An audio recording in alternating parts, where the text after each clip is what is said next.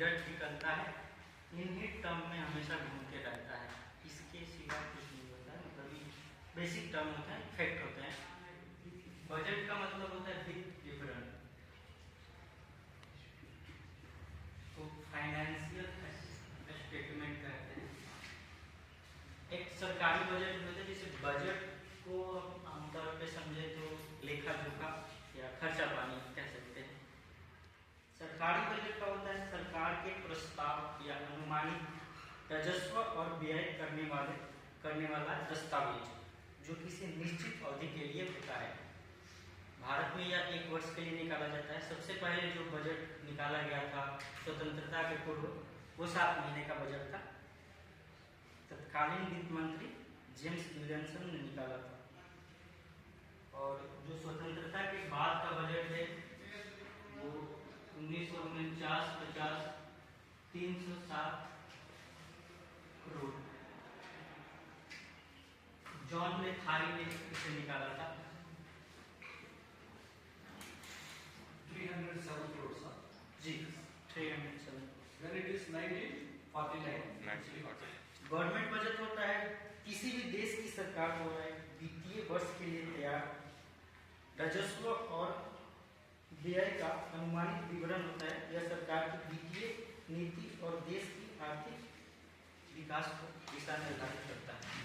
Budget के घटक, budget के 2 घटक होते हैं, रेवेन्यू बजट, कैपिटल बजट। इसको कहते हैं राजस्व प्राप्ति, राजस्व, इसको कहते हैं राजस्व बजट, और यह है पूंजीगत बजट।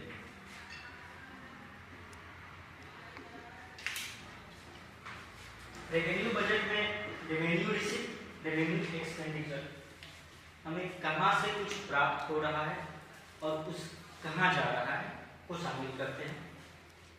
ये और दोनों अलग अलग होता है, दोनों में डिफरेंस है कि जो रेवेन्यू रिसीप्ट होता है इसमें सरकार के जो भी एसेट्स होते हैं, परिसंपत्ति या संपत्ति कहें, या जो भी डेब्ट होते हैं, उनके घटने बढ़ने से कोई प्रभाव नहीं पड़ता है। ना सरकार को कर्ज लेने की आवश्यकता होती है और ना किसी को देने की आवश्यकता होती है। इसके अंदर आता है रेवेन्यू रिसीप्ट और रेवेन्यू एक्सपेंडिचर, ये कहाँ से आया और ये कहाँ खर्च किया गया। कहाँ से आया में होता है revenue tax, non revenue tax. Revenue tax होता है इनडायरेक्ट और डायरेक्ट। ये इनकम टैक्स होता है, कॉर्पोरेटिव टैक्स होता है, टैक्स होता है, मतलब ये प्रोग्रेसिव नेचर का होता है। डायरेक्ट टैक्स, जैसे जैसे आपका इनकम बढ़ेगी ये भी बढ़ेगा, ये एग्रेसिव नेचर का होता है। इसमें प्रोग्रेसिव और एग्रेसिव का मतलब होता है कि जैसे हम आज 30,000 कमा रहे हैं, 1 साल बाद 3 लाख कमाने लगे तो हमारा टैक्स भी ज़्यादा हो जाएगा। इनडायरेक्ट में जैसे कि कोई भी वस्तु हम खरीदते हैं, ये मार्कर ही खरीद लेते हैं, तो इस पर हम जितना टैक्स कर रहे हैं वो कोई 30 लाख कमाता हो या 40 लाख कमाता हो, चाहे अंबानी हो चाहे कोई भी हो, उतना ही टैक्स इसमें लिखा होता है कि ऑल टैक्स आर इंक्लूडेड। तो ये इनमें डिफरेंस होता है। कैपिटल बजट में ये जरूरी होता है क्योंकि ये सरकार के दीर्घकालीन जो ये है कैपिटल रिसीप्ट, मतलब पूंजीगत प्राप्तियां, ये सरकार को कहाँ से प्राप्त होती है, तो ये RBI से प्राप्त होती है, IMF से प्राप्त होती है, या कोई भी वस्तु सरकार बेचती है तो उस पर जो कर लगाती है उसे बिक्री कर कहते हैं, वहां से प्राप्त होती है। और कैपिटल एक्सपेंडिचर में सरकार की दीर्घकालीन योजनाओं को रखा जाता है, जो जहाँ जैसे कि इसमें शिक्षा पे, इंफ्रास्ट्रक्चर पे और सड़क, रेलवे पे, मतलब विभिन्न प्रकार की योजनाएं इसके अंतर्गत आ जाती है। कृषि पे बहुत सारे प्रकार, बजट 3 प्रकार के होते हैं। वैसे बहुत 4-5 होगा, लेकिन हमसे 3 ही निकल पाया, हम सर्च किए 3। एक बैलेंस्ड बजट होता है,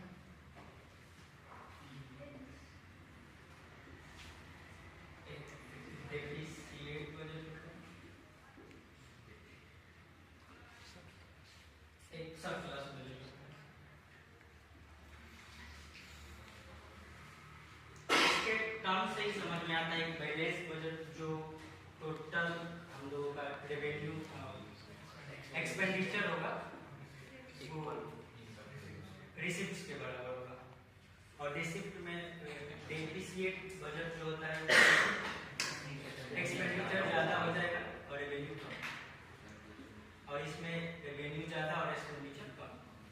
ये जो बजट निकला था इसमें 14 करोड़ का डेफिसिट हो गया था।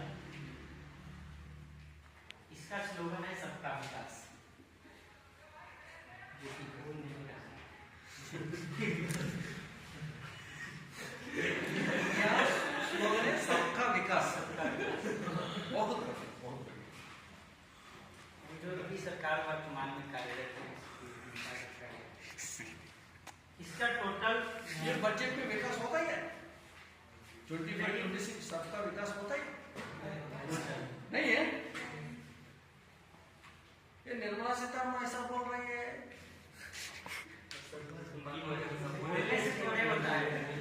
ठीक है, मैं आगे कंटिन्यू करता हूँ। टोटल रेवेन्यू है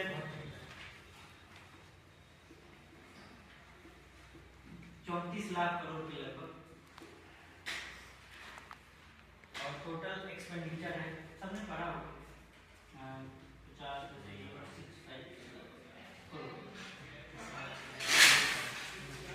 इसका ये देखेंगे कि ये डेफिसिट बजट है, सरप्लस बजट है, बैलेंस बजट है। सर ये डेफिसिट इसकी विशेषता के बारे में बात करें तो जो 1 रुपए है, मान लीजिए जो भी 100% है चाहे 1 रुपए है, वो कहाँ से आता है और कहाँ जाता है, इसको हम हो गया? नहीं सर और है। हाँ ठीक।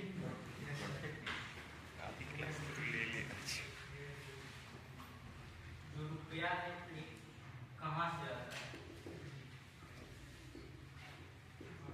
नॉर्मल किसी भी बजट का समरी निकाले तो यही सब होता है कि हाँ इसका स्लोगन क्या है, कितना रेवेन्यू है, कितना एक्सपेंडिचर है, और जो 1 पैसा है जो 1 रुपया है कहाँ से आता है, कहाँ कहाँ गया है, और कहाँ कहाँ खर्च किया गया है, सबसे ज़्यादा एक्सपेंड कहाँ किया गया है। कौन सी क्लास हो रही? सर अच्छा सर आ जाओगे सर?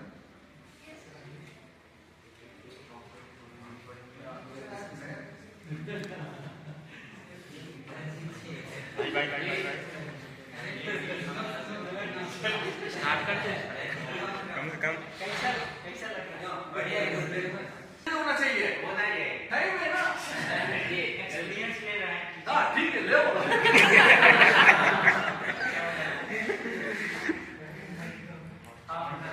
जो रुपया है कहाँ से आता है और कहाँ भी जाता है, रुपया ठीक है। सबसे ज्यादा रुपए जो है इनकम टैक्स से आता है 22%, ठीक, उधार से आता है 24%, जीएसटी से 18%, सीमा शुल्क से 4%, निगम कर है 17%, क्या बचता है? एक 9% है अन्य गैर कर दिया नॉन डिसिप्लिन। और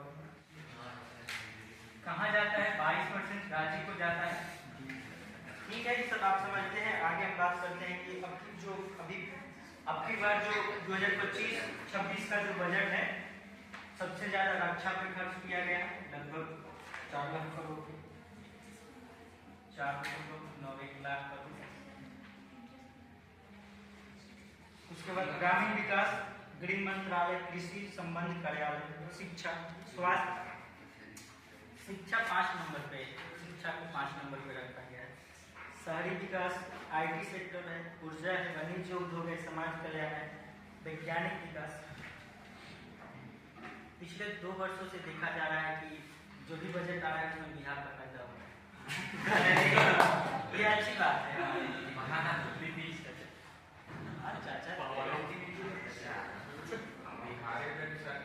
और एक वो इनकम टैक्स जो है 12 लाख वाला, वो ठीक से हम नहीं समझ पाए क्योंकि उसमें रिबेट और स्लैब का कंसेप्ट नहीं समझ आ रहा, तो वो हम नहीं समझ पाए। समझेंगे हम समझ नहीं पाए।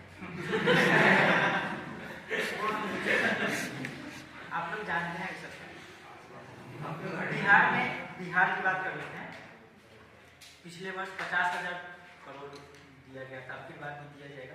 बिहार में पहला है कि IIT पटना का विस्तार होगा, राष्ट्रीय खाद्य प्रौद्योगिकी संस्थान होगा। हाँ, IIT बिहार पटना। मखाना बोर्ड स्थापित होगा।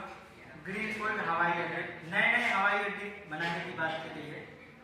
और मखाना बोर्ड, मखाना है राइट, खाना